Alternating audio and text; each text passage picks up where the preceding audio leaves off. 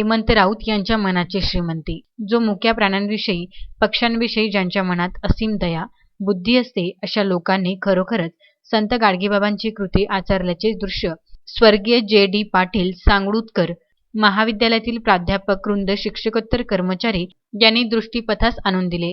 त्यामध्ये हेमंत राऊत, डॉक्टर नंदकिशोर गोपकर, गजानन नवरंगे, रवी इंगळे, सुनील काडे या सर्वांनी पुढाकार घेऊन जे.डी. पाटील महाविद्यालयाच्या प्रवेशद्वारासमोर वाहनाने धडक दिल्यामुळे मोकाट श्वानाचा डोळा बाहेर घेऊन तो रक्तबंबाळ अवस्थेत पडला होता।